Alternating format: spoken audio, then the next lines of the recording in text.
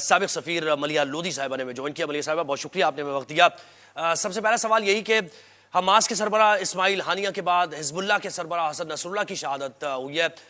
کیا مشرق وسطیٰ ایک بڑی علاقائی جنگ کے دہانے پر کھڑا ہے؟ اس وقت مشرق وسطیٰ میں بہت ہی سیریس، سنگین اور خطرناک صورتحال پیدا ہوئی ہے. اسرائیل کی جنگ جو انہوں نے جاری رکھی ہے اور اب جو لبنان پہ حملے کے بعد حملہ کرتے جا رہے ہیں، تو اس وقت یہ خطرہ ضرور پیدا ہوا ہے کہ یہ جنگ جو ہے یہ پورے خطے میں پھیل سکتی ہے. لیکن سوال اب یہ اٹھتا ہے کہ آیا ایران کیسے رسپونڈ کرے گا؟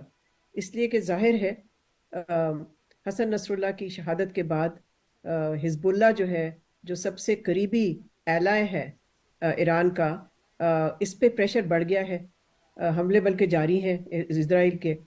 تو ایران کے لیے بہت ہی ایک مشکل فیصلہ کرنا ہے کہ وہ کس طرح سے اس کا جواب دیتے ہیں، یا جواب دیتے ہیں یا نہیں دیتے ہیں.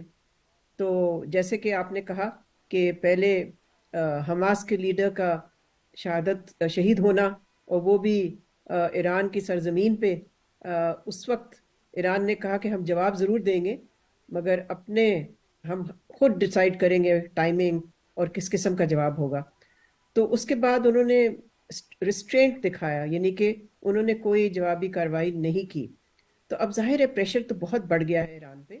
لیکن ایران یہ بھی جانتا ہے کہ یہ اسرائیل چاہتا ہے کہ خطے میں جنگ پھیلے اور ایران اس پہ کود پڑے. بلکہ حال ہی میں ایران کے جو نئے صدر ہیں، جو کہ نیو یارک گئے ہوئے تھے یو این جنرل اسمبلی کو ایڈریس کرنے کے لیے، انہوں نے وہاں ایک انٹرویو میں کہا کہ اسرائیل چاہتا ہے کہ ہمیں جنگ میں گھسیٹے، لیکن انہوں نے کہا کہ ایران یہ ایسا نہیں چاہتا. تو اب دیکھنا یہ ہے کہ ظاہر ہے ایران کے مفاد میں نہیں ہے ایک وائڈر کانفلکٹ جس کو کہتے ہیں انگریزی میں، لیکن دیکھنا یہ کہ اب ان کا رسپانس کیا ہوتا ہے، اس لیے کہ لبنان پہ ایئر سٹرائکس جاری ہیں. ملیحہ صاحبہ، آپ بالکل ٹھیک کہہ رہے ہیں کہ اسرائیل تو جنگ کی طرف یہ ڈائریکشن لے کے جا رہا ہے. حماس، حزب اللہ اور ایران نے جوابی حملوں کی دھمکی دی ہے، لیکن ہمیں یہ نہیں سمجھ آ رہی کہ اسرائیل کا اگلا قدم کیا ہو سکتا ہے. میرا نہیں خیال ایران نے ابھی کوئی دھمکی دی ہے. میں تو آپ کو یہی بتا رہی ہوں کہ ایران کے لیے بہت ہی مشکل وقت ہے. انہوں نے ابھی فیصلہ کوئی نہیں کیا کہ انہوں نے کس طرح سے رسپونڈ کرنا ہے. یہ ضرور ہے کہ ایران کے جو سپریم لیڈر ہیں، رہبر جو ہیں آیت اللہ خامنہ، انہوں نے یہ کہا ہے، بلکہ مسلمان دنیا کو کہا ہے کہ اکٹھے ہونے کا وقت آ گیا ہے، تاکہ مسلمان دنیا جو ہے، مسلمان ممالک جو ہیں، وہ اکٹھے مل کے اسرائیل کا مقابلہ کریں. تو فی الحال تو صورتحال جو ہے وہ یہاں پر ہے. مگر یہ ہم دیکھ رہے ہیں کہ حزب اللہ نے ضرور اناؤنس کیا ہے کہ وہ جنگ جاری رکھیں گے اور وہ جواب دیتے رہیں گے اسرائیل کے حملوں کا. جی، وجہ فرمایا کہ جو اسلامک کنٹریز ہیں ان کو مل کر اب کوئی لاہ عمل بنانا پڑے گا، یہ وقت ہے. لیکن ابھی تک کی جو صورتحال مشرق وسطیٰ کی ہے، موجودہ صورتحال، ایران اور سعودی عرب کے کردار کو آپ دیکھتی کیسے ابھی تک؟ دیکھیں، سعودی عرب کے جو وزیر خارجہ ہیں، انہوں نے حال ہی میں ایک بیان دیا جس میں انہوں نے کہا کہ جو امریکہ کی کوشش ہو رہی تھی کہ سعودی عربیہ اور اسرائیل کے درمیان کوئی سفارتی تعلقات اسٹیبلش کیے جائیں، تو انہوں نے تو دو ٹوک الفاظوں میں کہہ دیا کہ یہ ناممکن ہے.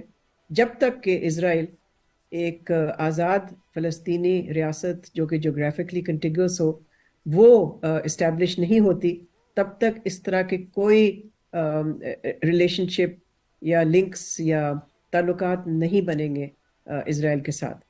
تو سعودی عربیہ کے علاوہ میرا خیال اگر آپ پوری عرب دنیا کو دیکھیں اور غزہ، فلسطین کے جو نیبرز ہیں، ہمسائے ملک جو ہیں، ان کا سب کا میں سمجھتی ہوں کہ مذمت خوب کرتے رہے اسرائیل کے ایکشنز کو، اسرائیل کی جنگ کو، لیکن کوئی عملی قدم نہیں لیا.